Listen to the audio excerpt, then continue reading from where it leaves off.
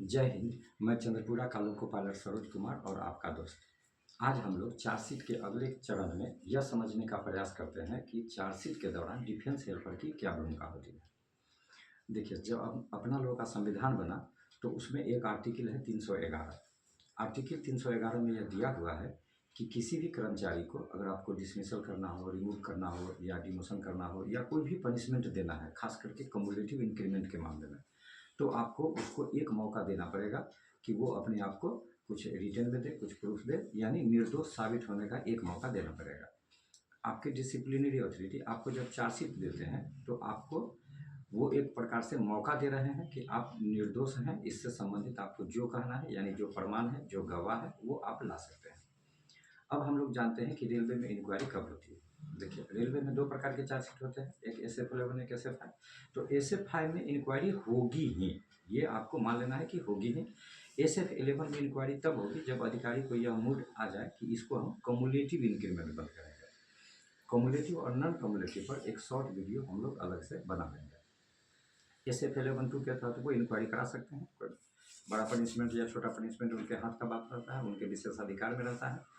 गलती क्या है ये तो कोई मायने नहीं रखता है, कुछ मायने रखता है, लेकिन फिर भी वो उनको विशेषाधिकार है, वो ऐसा कर सकते हैं। डिफेंस हेल्पर का मोटा मोटी काम रहता है कि कर्मचारी का बचाव करना। एक डिफेंस हेल्पर जो होते हैं वो सरकारी गवाह से प्रश्न पूछते हैं और ऐसे प्रश्न पूछते हैं जिससे उसका जो कर्मचारी है, यानी जिसके पक्ष से वो आए हैं, वो बच सके। केस का स्टडी करेंगे और वैसे प्रश्नों की सूची तालिका बनाएंगे और उस तरह से सरकारी गवाह से प्रश्न पूछकर आपको निर्दोष साबित करेंगे। कुछ डिफेंस नोट वगैरह या कुछ अपना विवेक, विशेषाधिकार का भी विशेष विवेक का प्रयोग करना होगा तो वो अपना करेंगे। अब हम लोग समझते हैं कि कोई आदमी क्या कितना केस ले सकता है। तो ऐसा नहीं है कि कोई भी कर्मचारी 10-20 केस ले सकता है, ऐसा नहीं है। जो सामान्य कर्मचारी होते हैं वो 3 केस SF5 का ले सकते हैं। जो रिटायर्ड कर्मचारी होते हैं वो मैक्सिमम 7 केस ले सकते हैं। और जो यूनियन के ऑफिस बियरर हैं, 1 साल से ऑफिस बियरर के पोस्ट पर हैं, तो उन्हें कितना भी केसेस लेने की छूट मिली हुई है और वो किसी भी डिपार्टमेंट का केस ले सकते हैं। जबकि सामान्यतः ये होता है कि आप लोगों में है तो आपको लोगों का ही जो कर्मचारी होगा, जो बुद्धिमान होगा, जिसे आप डिफेंस हेल्पर रखेंगे, वो रहेगा। अगर आप दूसरे डिपार्टमेंट के डिफेंस हेल्पर को रखना चाहते हैं, दूसरे डिपार्टमेंट में है और आप रखना चाहते हैं, तो ऐसे में आपको अपने ब्रांच अधिकारी से और उनके ब्रांच अधिकारी से, दोनों से एक अनुमति लेना पड़ेगा कि हम आपके एक स्टाफ को अपना डिफेंस हेल्पर बनाना चाहते हैं, इसकी अनुमति दीजिए, और वो अनुमति देंगे। जब आपको SF7 मिलता है तो उसके 20 दिन के अंदर आपको अपना डिफेंस हेल्पर नियुक्त कर लेना है। 20 दिन के अंदर मतलब आपको SF7 मिलेगा तो ये तो तय हो गया कि आप पर जांच इंक्वायरी अब चलेगी, जांच अधिकारी का नाम आपको बता दिया गया है।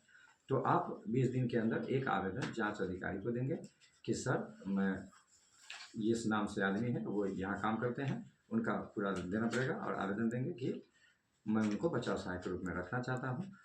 वो अधिकारी आपको अनुमति दे देंगे कि ठीक है, आप उसको रखिए, और उनसे एक लिखित ले लीजिए। तो जो आपका बचाव सहायक बनेंगे, आपको उनसे एक अनुमति लेना पड़ेगा लिखित में कि वो आपका बचाव सहायक बनना चाहते हैं, क्योंकि वो रिफ्यूज कर देंगे तो ऐसा नहीं होगा। और बचाव सहायक के रूप में आपको 3 व्यक्तियों को नॉमिनेट करना है। हो सकता है कि जब आपका इंक्वायरी का डेट पड़े उस समय वो पहले वाले कहीं और हो, दूसरे वाले कहीं और हो, तो 3 व्यक्तियों का आपको नाम देना है। व्यक्ति कहने का मतलब सरकारी कर्मचारी जो आपके डिपार्टमेंट से हैं।